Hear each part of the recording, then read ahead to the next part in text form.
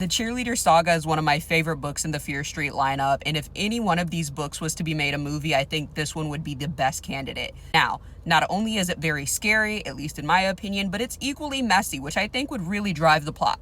For instance, we've got these two girls, Corky and Bobby. They're new to town. They want to join the cheerleading squad. The squad is already established, they've been together, they're ride or dies, but the squad has a captain named Kimmy. Is Kimmy the captain? She might be the co-captain anyways.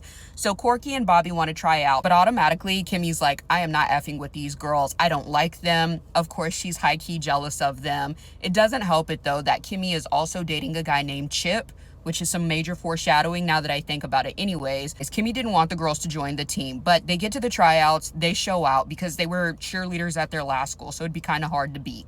They do these fantastic routines, and the other girls on their squad are like, wow, these two are super talented. So Kimmy really doesn't have a choice but to let them join the squad. They're so good that one of the sisters, Bobby, ends up supplanting Kimmy as the captain of the cheerleading team, which really irritates Kimmy.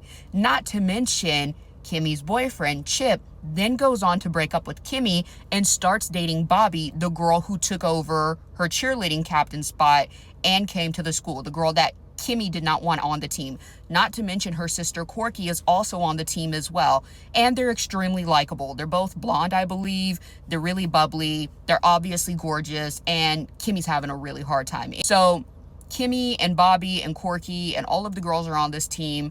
They are starting to get along, but Kimmy still has some light animosity, especially in that first book. But when the evil gets released, and in my mind, this evil is terrifying, like the evil in The Evil Dead Rises, and just that weird, gross spirit, it's terrorizing the girls. So, long story short, Bobby and Corky go from a duo to an uno. Bobby gets scalded to death in the shower. She literally burns alive. When they find her body, she is red as a crab, and she's obviously dead, and it was a horrific death. And these deaths plague every single one of the cheerleaders. Like, they can't escape it. If they don't die themselves, somebody they know or love dies. So anyways, Bobby dies. I'm not gonna say Kimmy was happy about it or not. It was traumatic, but you know, this one less blonde girl on the team. She didn't wish for it to happen, but I'm sure there were some underlying feelings. And so, you would think that Chip homie hops back over to Kimmy. No. Chip is the ultimate, I don't know what I would consider Chip, because Chip goes from Kimmy to Bobby to Corky, Bobby's sister, who just died. So Chip and Corky start going out, and Chip gets unalived by a wood chipper. He's in woodshop class, and he gets chopped up. I don't know how else to say it. It is so scandalous though. Anyways, after realizing that this evil is not going to stop at the cheerleaders, they all do their best to defeat it.